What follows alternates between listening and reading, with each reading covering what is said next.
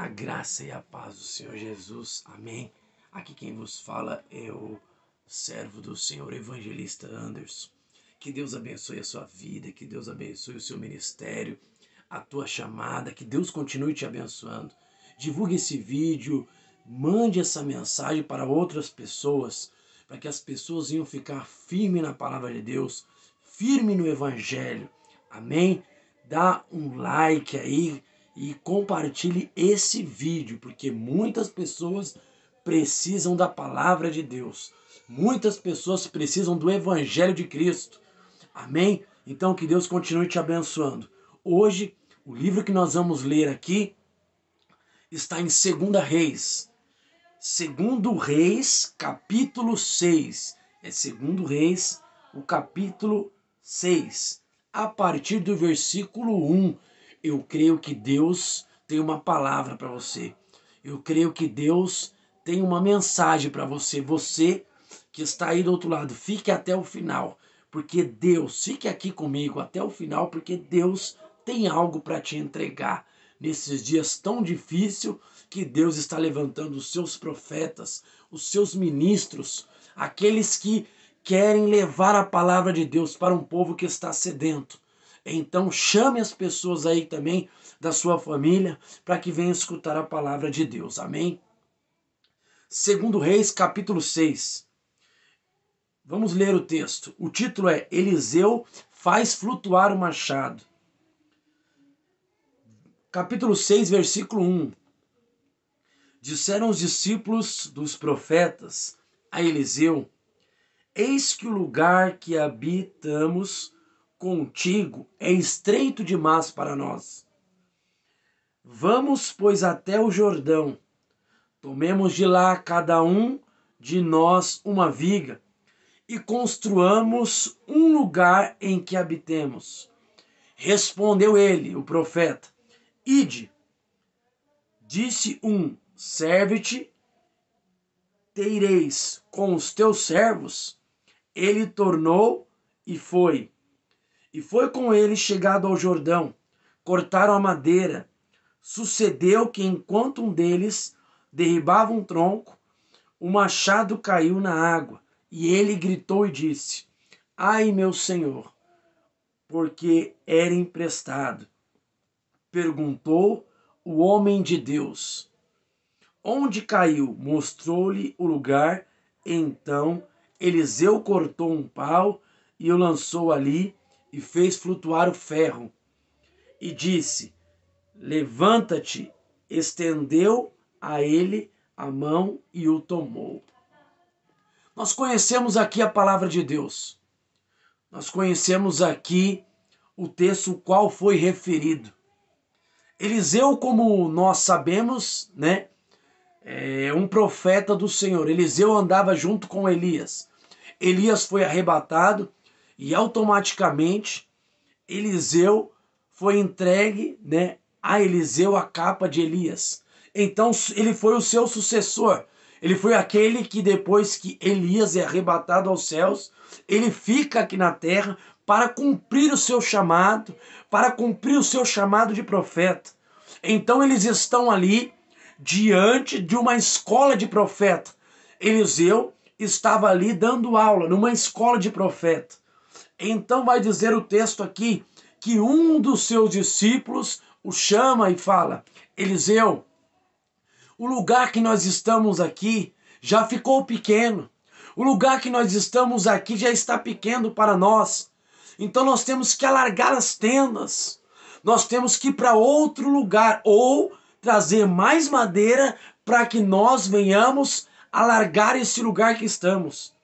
Então o texto qual foi referido aqui diz assim, que os discípulos estão ali e chamam Eliseu para que eles possam, primeiro, cortar madeira, alargar o tempo, alargar o lugar. Nós aprendemos aqui nesse texto algumas coisas. Aprendemos a primeira coisa aqui, que os homens que estavam sendo ensinados pelo profeta Eliseu, o chamam primeiro para ir ao lugar buscar madeira. O que aprendemos aqui? Nós temos que entender uma coisa. Há pessoas que estão na direção. Há pessoas que estão na direção de uma obra, há pessoas que estão na direção de um trabalho. E às vezes essas pessoas que estão acima na direção, elas estão porque Deus colocou elas na direção.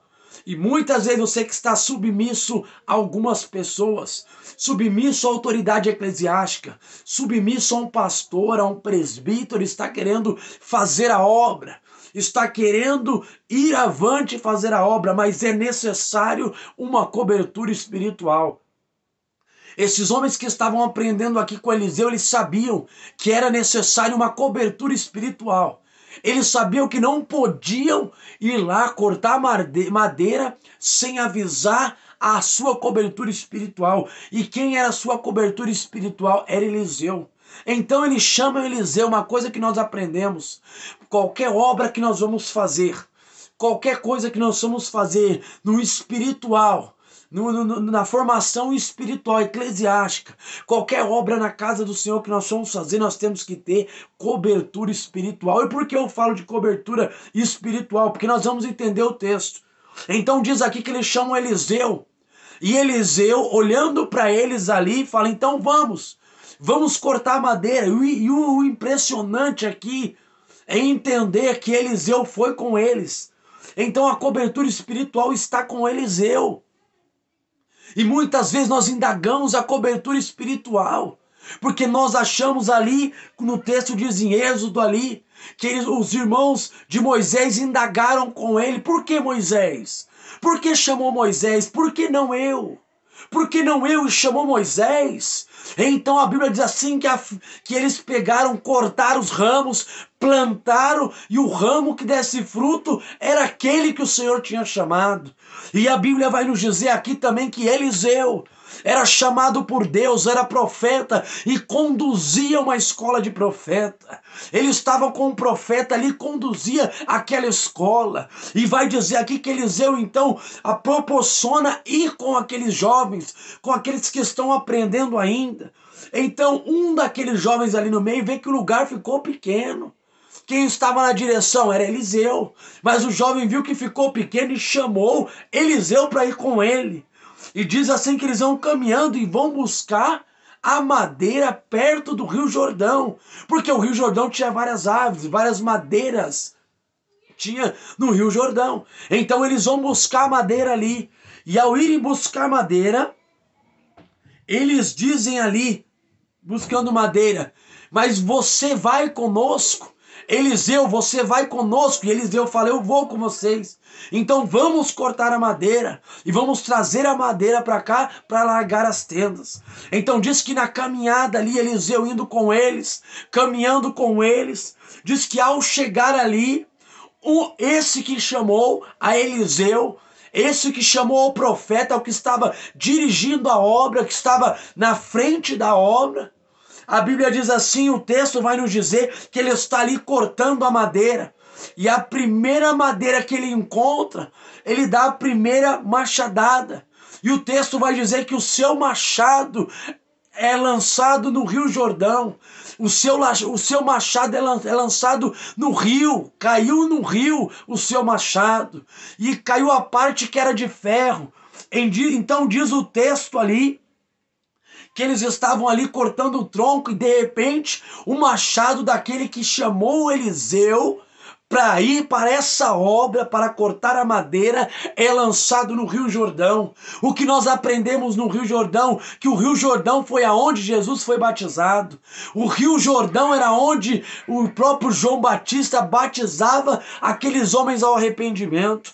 O Rio Jordão é aquele aonde Naamã desce ao Rio Jordão por 7 vezes e é curado. E quando fala de Rio Jordão, fala de milagre. E quando fala de milagre, fala de Rio Jordão. Mas quem faz o milagre é o Senhor, mas ele precisa de alguém para que aconteça o milagre. Eu quero dizer uma coisa para você aqui que está me escutando agora. Deus pode fazer um milagre na sua vida. Deus pode mudar o seu cativeiro. Deus pode mudar alguém que está na sua família, que está passando por um momento crítico de depressão, de angústia, que está viciado nas drogas, na bebida. Mas o que Deus está mandando dizer para você: é necessário que alguém tome uma atitude. atitude. É necessário que alguém tome uma atitude e vá à frente, que não espere só de Deus. E vai dizer que esses homens estão lá no Rio Jordão. Então o machado, a parte de ferro, cai no Rio Jordão. E caindo no Rio Jordão, esse jovem se apavora. Os estudos vão dizer que os jovens que estavam ali com Eliseu eram jovens a partir de 16 anos, que estavam aprendendo na escola de profetas. Então esse jovem fica apavorado e chama Eliseu. Eliseu, venha cá, profeta, venha cá, olha só. Esse jovem tem uma visão que é para largar a tenda. Esse jovem tem uma visão que é para alargar a tenda porque o lugar está pequeno. Ele não estava vendo ali uma coisa ruim, mas era uma coisa boa. Só que esse jovem estava com uma ferramenta emprestada. E talvez essa noite eu quero dizer uma coisa para você. Talvez você ache que essa ferramenta é sua.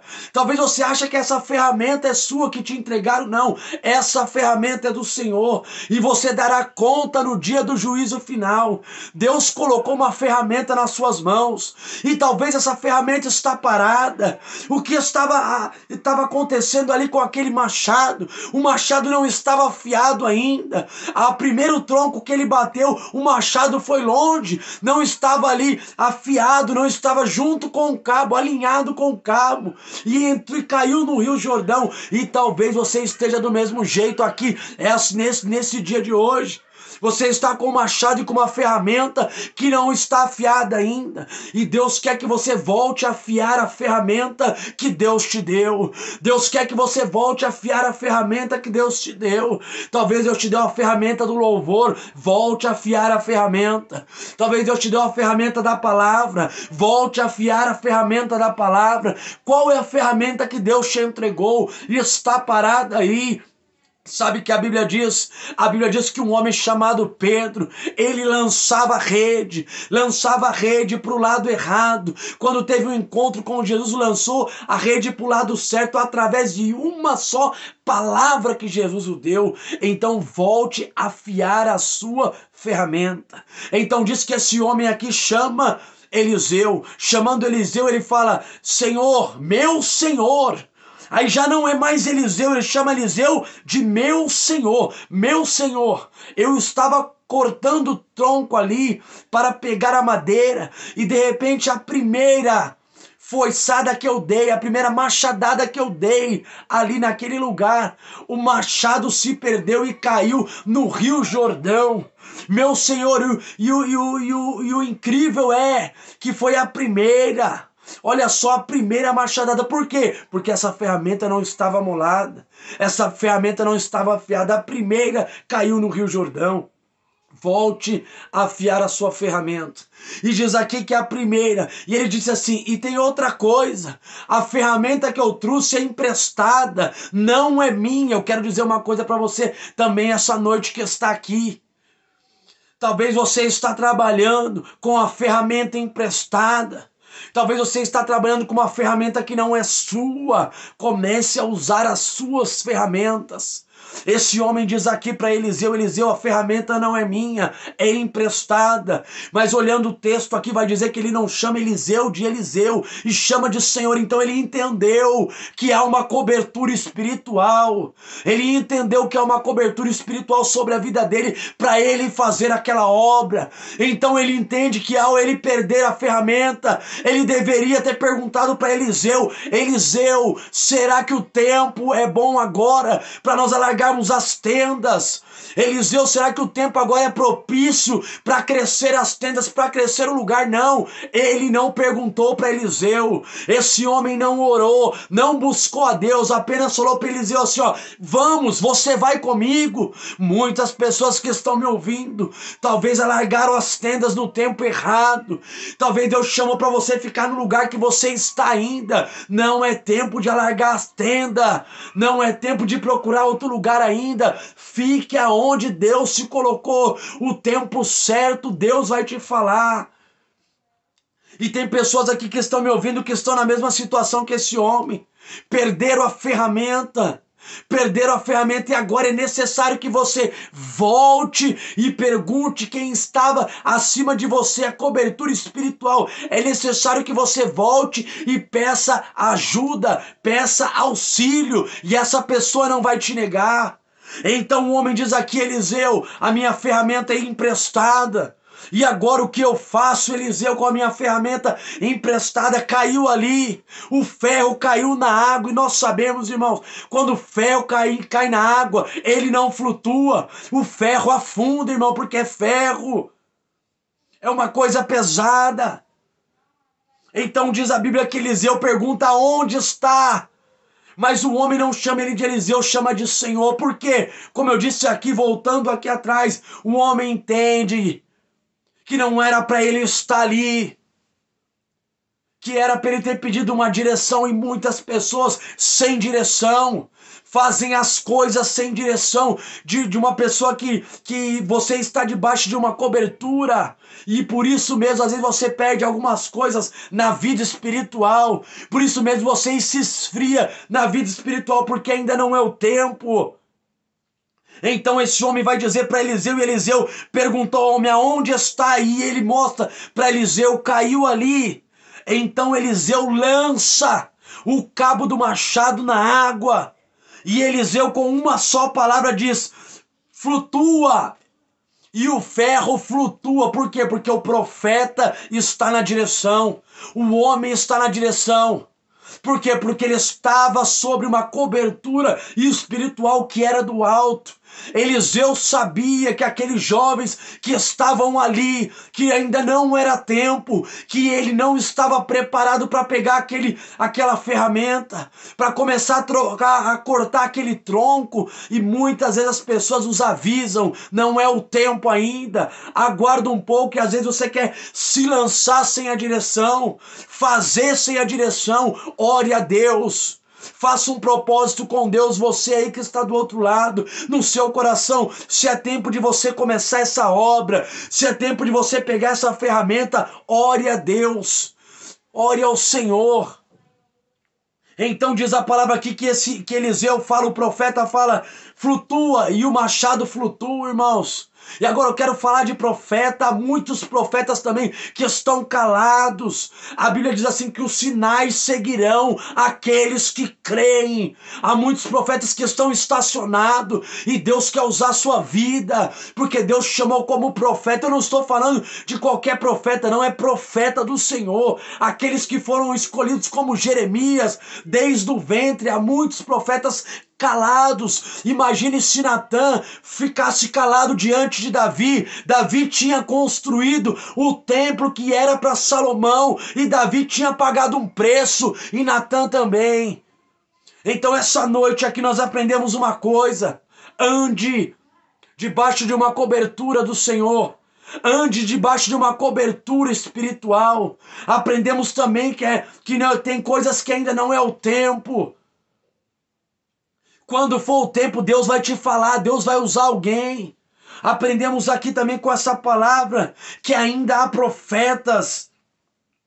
E diz o versículo 7, disse: levanta-te, estendeu ele a mão e tomou aquela ferramenta, tomou o machado. Eliseu tomou o machado e entregou de novo na mão daquele jovem. Ainda há tempo. Peço oração para pessoas. Se você se afastou, está afastado dos caminhos do Senhor Jesus, porque tomou uma direção errada, ainda dá tempo. Volte para os caminhos do Senhor Jesus, porque Ele ainda quer te usar. Você que está com as ferramentas aí parada, volte a afiar a sua ferramenta, porque Deus ainda quer te usar. E você, profeta que está calado, volte a profetizar. Volte a entregar aquilo que Deus falou com você na madrugada, em sonho. Abre a sua boca. Eu quero terminar aqui dizendo, para você que está do outro lado: não tome direção errada antes que o Senhor fale contigo. Não tome nenhuma decisão se o Senhor não estiver contigo. E peça conselho, porque em Provérbios diz sobre conselhos: sabe aquele que pede conselhos, peça conselhos. Fique com essa mensagem, fique com essa palavra. Que Deus abençoe a sua vida. Eu quero fazer uma oração por você que está do outro lado aí. Senhor, meu Deus e meu Pai, em nome de Jesus, Senhor, abençoa, Pai, aquele que está do outro lado. Aquele que está disposto a tomar uma decisão, que está disposto agora nesse momento, Senhor, em nome de Jesus Cristo, a mudar de vida. Aquele que está disposto agora para entregar, voltar para os seus caminhos. Abençoa essa pessoa, abençoa essa família, abençoa esse que está do outro lado agora, Senhor. Em nome de Jesus, Senhor. Dá força para ele continuar, dá força para ele jejuar, orar, buscar a tua face e a tua presença. Senhor, abençoa, Pai, aquele também que está caído, aquele que está com depressão, Pai, aquele que está enfermo agora, entra com providência, Senhor. O Senhor é poderoso para mudar essa vida, essa família, esse jovem, esse senhor e essa senhora, Pai. Em nome de Jesus, Pai, continua abençoando, Pai. Em nome de Jesus, a cada um, Pai. Em nome de Jesus, amém. Fique com essa mensagem aí. Fique com essa palavra. Que Deus abençoe a sua vida. Que Deus abençoe o seu ministério. E fique na paz do Senhor Jesus.